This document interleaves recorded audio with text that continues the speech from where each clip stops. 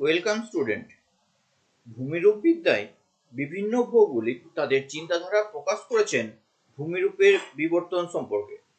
ভূমিরূপবিদ্যায় অন্যতম ভূমিরূপ বিবর্তনের যে সমস্ত তত্ত্বগুলি দেওয়া হয়েছে তা দুটি বিষয়ের উপর ফোকাস করা হয়েছে: sequential change of landform through time এবং compensatory change or oscillatory change. এই দুই ধারণার উপর নির্ভর করে তত্ত্বগুলি দেওয়া হয়েছে। Progressive and irreversible change involving positive feedback mechanism অর্থাৎ ভূমিরূপের ক্রমাগত প্রক্রিয়া, অন্যদিকে steady state and equilibrium by negative feedback mechanism অর্থাৎ ভূমিরূপের স্থায়িত্ব এবং ক্রমাগত পরিবর্তন প্রক্রিয়ার উপর নির্ভর করে তত্ত্বগুলি স্থাপন করা হয়েছে। ভূমিরূপ বিবর্তনের মধ্যে G K. Gilbert, W M. Davis, W. Penck, J T. Hack, L C. King, Morisawa এবং এস.এস. সুমের তত্ত্ব অত্যন্ত গুরুত্বপূর্ণ। আজকের এই ভিডিওতে ডেভিসের ক্ষয়চক্রের ধারণা নিয়ে আলোচনা থাকছে। আমেরিকার ভূমিরূপবিদ উইলিয়াম মরিস ডেভিস প্রথম ভূমিরূপ বিবর্তন সম্পর্কে তথ্য প্রদান করেছেন। এই তত্ত্বে তিনি তার পূর্ববর্তী কিছু ধারণা, যেমন 1889 সালে the rivers and valleys of Pennsylvania এর উপর complete circle of river life, 1899 সালে জিওগ্রাফিক্যাল সার্কেল এবং স্লোপ এভলিউশনের সাহায্য নিয়েছেন।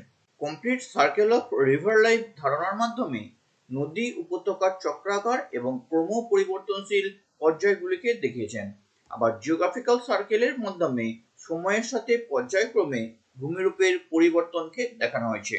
ভূমিরূপ বিবর্তনের তত্ত্বের মাধ্যমে ডেভিস বলেছেন, there are sequential changes in landforms through time passing through youth, mature and old stage, and these sequential changes are directed towards well-defined end product development of peneplain.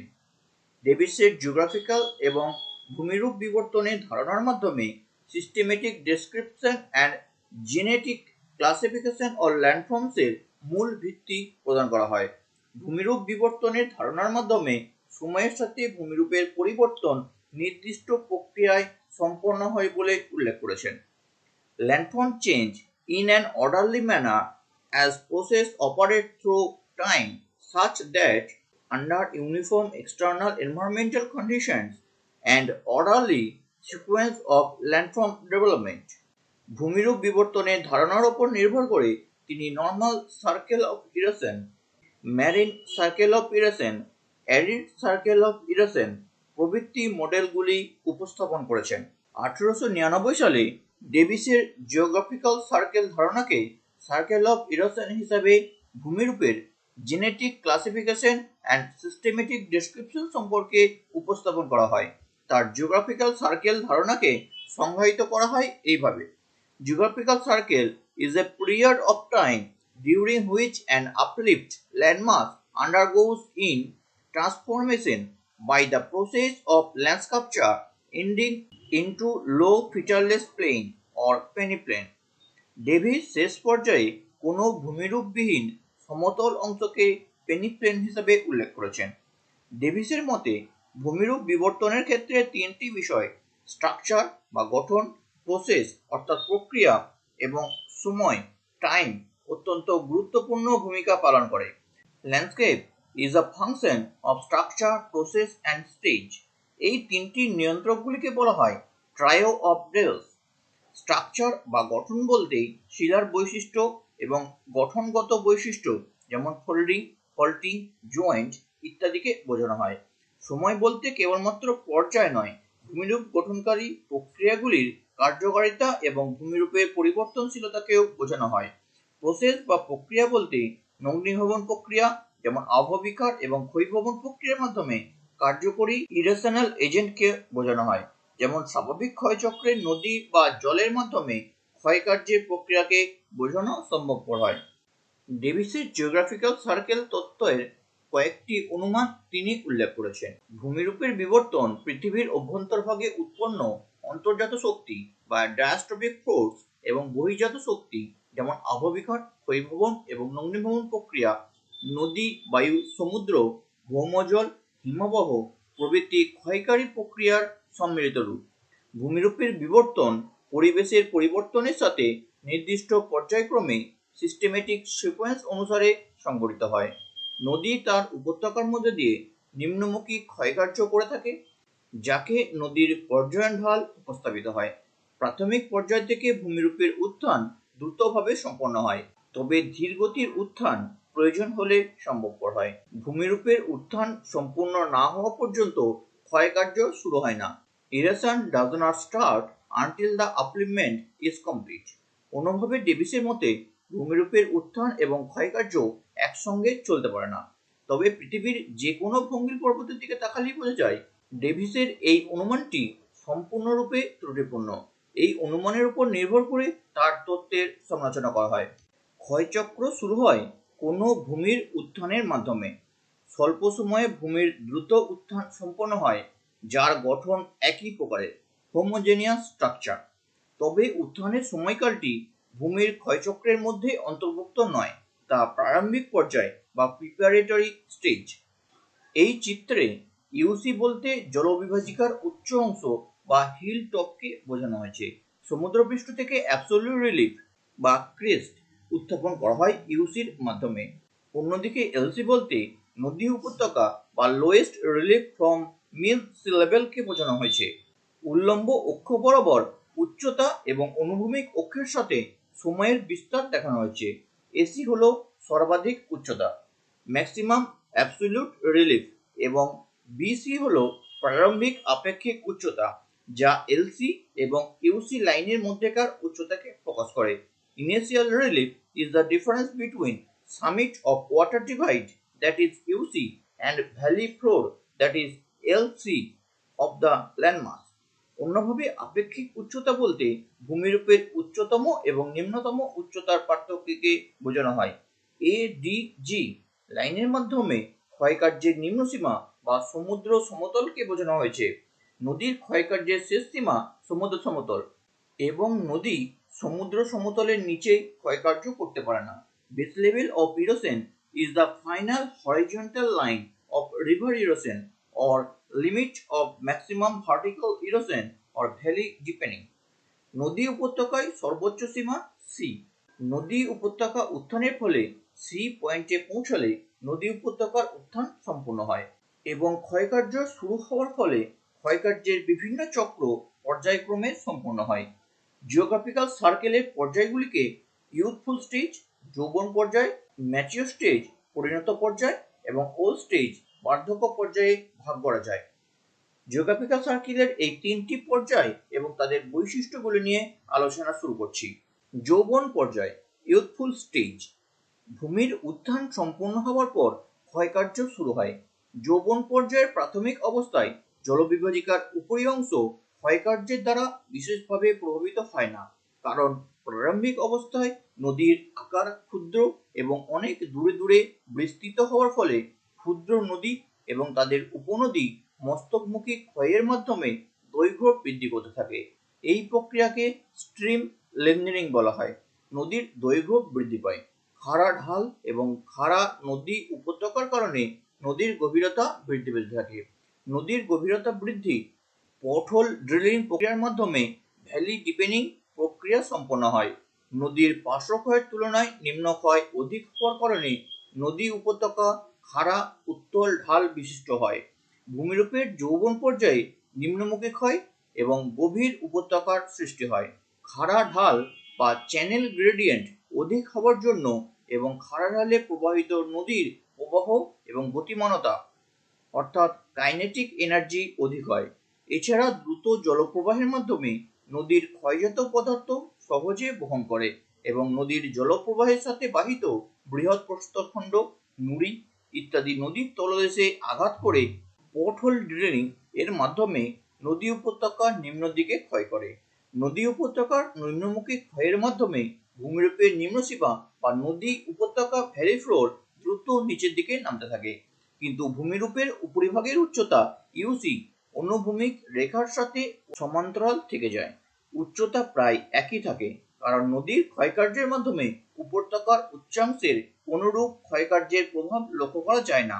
এজন্য আপেক্ষিক উচ্চতা রিলেটিভ রিলিফ দ্রুত বৃদ্ধি পেতে থাকে এবং যৌবন পর্যায়ের শেষে আলটিমেট ম্যাক্সিমাম রিলিফ ইএফ এর অবস্থান করতে থাকে। যৌবন পর্যায়ের শেষে আলটিমেট ম্যাক্সিমাম রিলিফ ইএফ অবস্থান করে। যৌবন পর্যায়ে সংঘটিত বৈশিষ্ট্যগুলি উল্লেখ করছি। প্রথম বৈশিষ্ট্য, ভূমির উচ্চতা অ্যাবসলিউট হাইট সমগ্র যৌবন পর্যায়ে প্রায় অনুভূমিক রেখার সাথে সমান্তরাল হয়ে থাকে। চিত্রে সিএফ রেখাটি এডি রেখার সাথে সমান্তরালভাবে অবস্থান করছে। ভূমিরূপের উচ্চসীমা প্রায় একই রকম হয়ে থাকে, যা জলবিভাজিকার ঊর্ধ্বসীমা প্রায় প্রভাবিত হয় না। 3 নম্বর পয়েন্টের চেয়ে যৌবন পর্যায়ে নিম্নসীমা লোয়ার কার্ভ দ্রুত নিচের দিকে নামতে থাকে, কারণ নদীর প্রবাহের মাধ্যমে পার্শ্বক্ষয়ের চেয়ে নিম্নক্ষয় বেশি হওয়ার মাধ্যমে ভূমিরূপের নিম্নসীমা হ্রাস পেতে থাকে। ভূমিরূপের ঊর্ধ্বসীমা স্থির এবং নিম্নসীমা দ্রুত নেমে যাওয়ার কারণে রিলেটিভলি আপেক্ষিক উচ্চতা দ্রুত বৃদ্ধি পেতে থাকে। নদী প্রবাহপথে ভি আকৃতির নদী উপত্যকা এবং উত্তল ঢাল সৃষ্টি হয়। নদী উপত্যকায় গিরিখাত এবং ক্যানিয়নের উপস্থিতি লক্ষ্য করা যায়। নদী পথের প্রস্থচ্ছেদ লং প্রোফাইলে র্যাপিড জলপ্রপাত ইত্যাদি অবস্থান করে, কিন্তু যৌবন পর্যায়ের শেষে র্যাপিড জলপ্রপাত হ্রাস পেয়ে নদীর প্রস্থচ্ছেদকে পর্যায়িত ঢালে সৃষ্টি করে। প্রধান নদী উপত্যকাটি পর্যায়িত ঢালে পর্যবসিত হয়। এরপরে আসি পরিণত পর্যায়ে, ম্যাচিওর স্টেজ। পরিণত পর্যায়ের প্রারম্ভে নিম্নক্ষয়ের তুলনায় পার্শ্বক্ষয়ের সূচনা থেকে সম্ভব হয় এবং ওয়েল ইন্টিগ্রেটেড ড্রেনেজ নেটওয়ার্ক লক্ষ্য করা যায়। প্রধান নদীর পর্যায়িত নদী ঢালের বিস্তার পার্শ্ববর্তী শাখা নদী উপনদীতে সম্ভব হয় এবং বেস লেভেল অফ ইরোশনে নিম্নক্ষয়ের পরিমাণ হ্রাস পায় এবং পার্শ্বক্ষয়ের পরিমাণ বৃদ্ধি পায়। পরিণত পর্যায়ে ভূমিরূপের উচ্চসীমা আপার কার্ভ বা ইউসি ধীরে ধীরে হ্রাস পায়। এর ফলে অ্যাবসলিউট রিলিফ বা আপেক্ষিক উচ্চতা হ্রাস পায়। অ্যাবসলিউট রিলিফ এবং রিলেটিভ রিলিফ হ্রাস পেতে থাকে।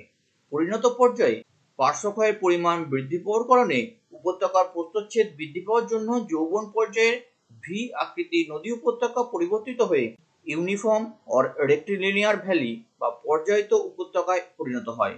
নদী উপত্যকার নিম্নক্ষয় হ্রাস পাওয়ার জন্য নদী উপত্যকায় ঢালের পরিমাণ, জলের প্রবাহ এবং পরিবহনের ক্ষমতা হ্রাস পায়। পরিণত পর্যায়ের বৈশিষ্ট্যগুলি হল: নদীর নিম্নক্ষয় হ্রাস পেয়ে পার্শ্বক্ষয়ের পরিমাণ বৃদ্ধি পায়। নদীর ক্ষয়ের মাধ্যমে জলবিভাজিকার ঊর্ধ্বাংশের উচ্চতা হ্রাস পেয়ে আপেক্ষিক উচ্চতা তুলনামূলকভাবে হ্রাস পায়। নদীর পর্যায়িত ঢাল নদী অববাহিকার শাখা প্রশাখা ছড়িয়ে পড়ে। নদী উপত্যকার দীর্ঘায়িত সুসংহত জলনির্গম প্রণালী গঠিত হয়। নদী উপত্যকার ভি আকৃতির পরিবর্তে পার্শ্বক্ষয়ের মাধ্যমে প্রশস্ত ইউনিফর্ম বা রেক্টিলিনিয়ার উপত্যকা পরিণত হয়। নদী উপত্যকায় ঢালের পরিমাণ হ্রাস পাওয়ার ফলে জলপ্রবাহ এবং বহন ক্ষমতাও হ্রাস পায়। নদীর গতিপথে জলপ্রপাত, হ্রদ, র্যাপিডগুলি অবশিষ্ট হতে থাকে এবং শেষে অবলুপ্ত হয়ে যায়। এই পর্যায়ে বার্ধক্য অবস্থা শুরু হয়। এখন বার্ধক্য পর্যায়ের বৈশিষ্ট্যগুলি নিয়ে আলোচনা করছি। বার্ধক্য পর্যায়ে নদীর নিম্নমুখী ক্ষয় বন্ধ হয়ে যায় এবং পার্শ্বক্ষয় বা ল্যাটারাল ইরোশন এবং উপত্যকার চওড়া হওয়া ভ্যালি ওয়াইডেনিং হতে থাকে। জলবিভাজিকার ঊর্ধ্বাংশ দ্রুত হ্রাস পাওয়ার কারণে ডাউন ওয়াস্টিং এবং পশ্চাৎমুখী ক্ষয় ব্যাক ওয়াস্টিং ও হ্রাস পায়। ভূমির সর্বোচ্চ উচ্চতা হ্রাস পাওয়ার কারণে অ্যাবসলিউট হাইট হ্রাস পায়। একই রকমভাবে আপেক্ষিক উচ্চতাও হ্রাস পায়, কারণ উপত্যকার নিম্নক্ষয় বন্ধ হয়ে পার্শ্বক্ষয়ের মাধ্যমে নদী উপত্যকা প্রশস্ত হতে থাকে। নদী উপত্যকার ঢাল চ্যানেল গ্রেডিয়েন্ট অত্যন্ত কম হওয়ার ফলে কাইনেটিক এনার্জির পরিমাণ বা গতিশক্তির পরিমাণ, নদীর বহন ক্ষমতার পরিমাণও হ্রাস পায় এবং এন্ট্রপি বৃদ্ধি পায়। নদী উপত্যকা প্রশস্ত হওয়ার ফলে নদী উপত্যকার ঢাল অবতল হয়ে পড়ে। ভূমিরূপের ঢাল হ্রাস পেয়ে পর্যায়িত ঢাল, বিস্তৃত প্রশস্ত নদী উপত্যকা, মৃদু ঢাল এবং নদীর বাঁক বা রিভার মিয়েন্ডারিং এবং বিস্তৃত প্লাবনভূমি অবস্থান করে। ভূমিরূপের শেষ পর্যায়ে ক্ষয় চক্রের শেষ সীমায় অবশিষ্ট স্বল্প উচ্চভূমি রেসিডুয়াল কনভেক্সো কনক্লেভ মোনাডনক্স সৃষ্টি হয়। নিম্ন উচ্চতায় সমতল বিস্তৃত সমভূমি, যা প্লাবনভূমিকে ডেভিস বলেছেন পেনিপ্লেন। এই চিত্রটি দেখা যাচ্ছে সময়ের প্রেক্ষিতে যৌবন এবং পরিণত পর্যায়ের সম্মিলিত সময়ের তুলনায় বার্ধক্য পর্যায়ের সময়ের পরিমাণ যথেষ্ট বেশি হয়ে থাকে। বার্ধক্য পর্যায়ের বৈশিষ্ট্যগুলি উল্লেখ করা যায়। নদী উপত্যকার নিম্নক্ষয় বন্ধ হয়ে পার্শ্বক্ষয় বৃদ্ধি পায় এবং ভ্যালি ওয়াইডেনিং এর মাধ্যমে জলবিভাজিকার ঊর্ধ্বদেশের ক্ষয় ঘটে। দ্রুত ইউসি হ্রাস পাওয়ার ফলে অ্যাবসলিউট হাইট এবং রিলেটিভ রিলিফ হ্রাস পায়। সমগ্র ভূমিরূপটি সমুদ্র সমতলের সন্নিকটে অবস্থান করে। নদীর গতিপথের ঢাল অত্যন্ত হ্রাস পাওয়ার কারণে নদী বাঁক সৃষ্টি হয়। কাইনেটিক এনার্জির পরিবর্তে এন্ট্রপি ম্যাক্সিমাম হয়ে থাকে। নদী উপত্যকার অবতল প্রকৃতির এবং বিস্তৃত প্লাবনভূমির মাধ্যমে সমতল ভূমিকে পেনিপ্লেন বলা হয়। পেনিপ্লেনের মধ্যে তুলনামূলক শক্ত শিলায় উঁচু অবশিষ্ট কনভেক্সো কনক্লেভ মোনাডনক অবস্থান করে, যাদের উচ্চতা সমভূমির থেকে সামান্য বেশি হয়ে থাকে। বার্ধক্য পর্যায়ের সময়কাল যৌবন এবং পরিণত পর্যায়ের সম্মিলিত সময়ের তুলনায় বেশি। ডেভিসের জিওগ্রাফিক্যাল সার্কেল মডেলটি ভূমিরূপের ক্রমাগত বিবর্তন প্রোগ্রেসিভ চেঞ্জ অব ল্যান্ডফর্ম ধারণার প্রবর্তন করেছেন। ডেভিসের স্বাভাবিক ক্ষয়চক্রের ধারণার প্রবর্তন হয় 1899 সালে। 1975 সালে জার্সন ভূমিরূপের টাইম স্পেস অ্যান্ড চেঞ্জের উপর ডেভিসের ভূমিরূপ চক্র নির্ধারিত তা উল্লেখ করেছেন। ডেভিসের মডেলের ধনাত্মক দিকগুলিকে প্রথমে আলোচনা করি। প্রথমত, ডেভিসের জিওগ্রাফিক্যাল সার্কেল মডেলটি যথেষ্ট সহজ, সিম্পল এবং অ্যাপ্লিকেবল। ডেভিস তার মডেলটি অত্যন্ত সহজ সরলভাবে প্রকাশ করেছেন। ডেভিসের মডেল সম্পর্কে ব্রায়ান বলেছেন, ডেভিসের সহজ সরল ভাষায় ভৌগোলিক আলোচনা কয়েকটি জেনারেশনকে চিন্তা করতে সাহায্য করবে। ডেভিস তার মডেলে ক্ষেত্র সমীক্ষা বা ফিল্ড অবজারভেশনের মাধ্যমে বিস্তারিতভাবে প্রকাশ করেছেন। হাটনের cyclic nature of earth history এর মতবাদের পরে ডেভিসের ক্ষয়চক্র মতবাদ প্রকাশিত হয়। ডেভিসের মতবাদে ক্ষয়চক্রের শেষ সীমা, base level of erosion, genetic classification of river valley, G K গিলবার্টের পর্যায়িত ঢাল এবং প্রোফাইল অফ ইকুইলিব্রিয়াম মতবাদগুলি অন্তর্ভুক্ত করেছেন। ভূমির বিবর্তনের ক্ষেত্রে প্রেডিকশন এবং পূর্ববর্তী ভূমিরূপের বিবর্তনের ব্যাখ্যা দান করেছেন। ডেভিসের মতবাদের বিভিন্ন প্রশংসা করা হলেও বিভিন্ন দিক থেকে ডেভিসের ধারণাকে সমালোচনা করা হয়েছে। ডেভিসের মতবাদের ঋণাত্মক দিক বা নেগেটিভ অ্যাসপেক্টস নিয়ে আলোচনা করছি। ডেভিসের জিওগ্রাফিক্যাল সার্কেল মডেলের অন্যতম ত্রুটি হিসেবে উল্লেখ করা হয় প্রারম্ভিক অবস্থা থেকে ভূমিরূপের দ্রুত উত্থান। তিনি দ্রুত ভূমির উত্থানের কথা বলেছেন, কিন্তু পাঁচ সংস্থার মতবাদ বা পৃথিবীর বিভিন্ন নবীন ভঙ্গিল পর্বতের উত্থানের প্রক্রিয়া ভূমিরূপের উত্থান অত্যন্ত ধীর এবং দীর্ঘ প্রক্রিয়া, slow and long continued process. এরপরে ডেভিস তার মডেলে যে অনুমান করেছেন তাও ত্রুটিপূর্ণ।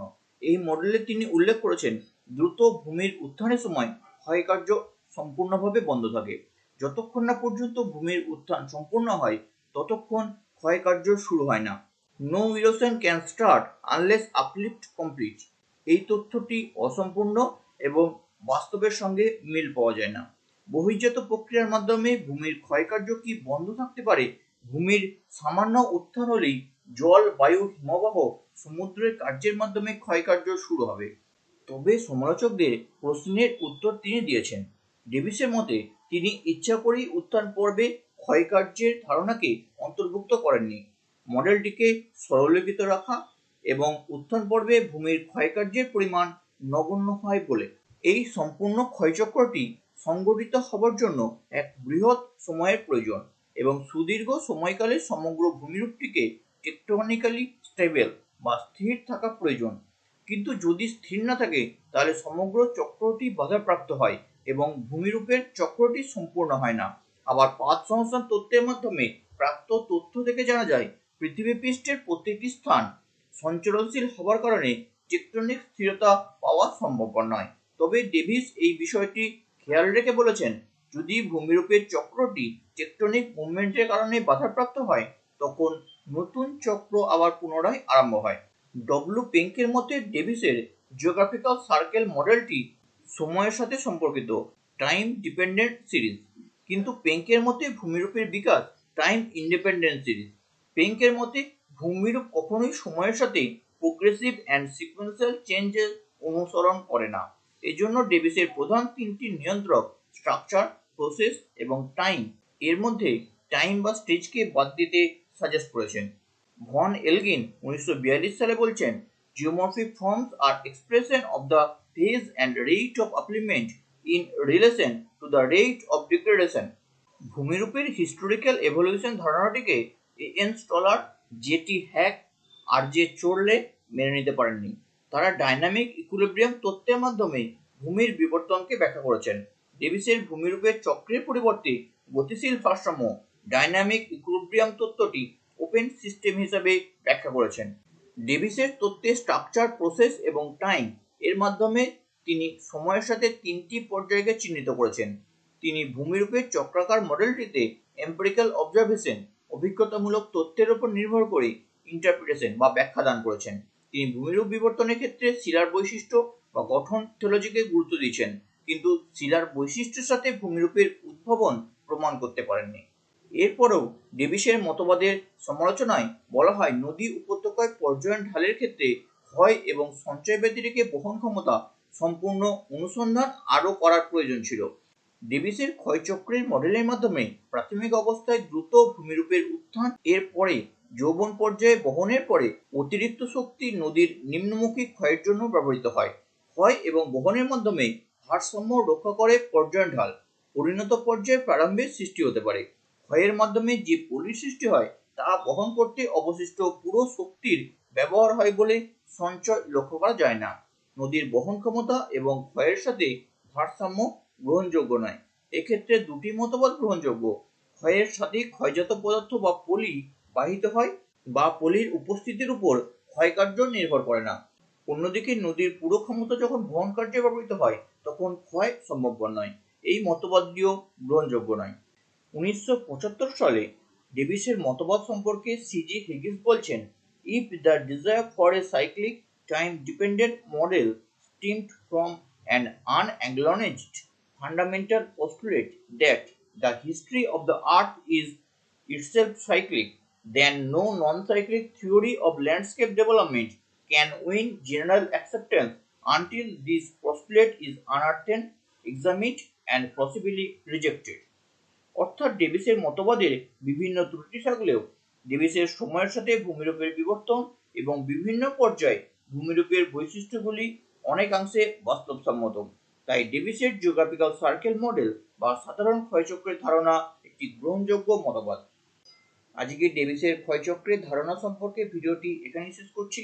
পরবর্তী ভিডিওতে প্লেঙ্কের ক্ষয়চক্রের ধারণা নিয়ে ফিরে আসছি।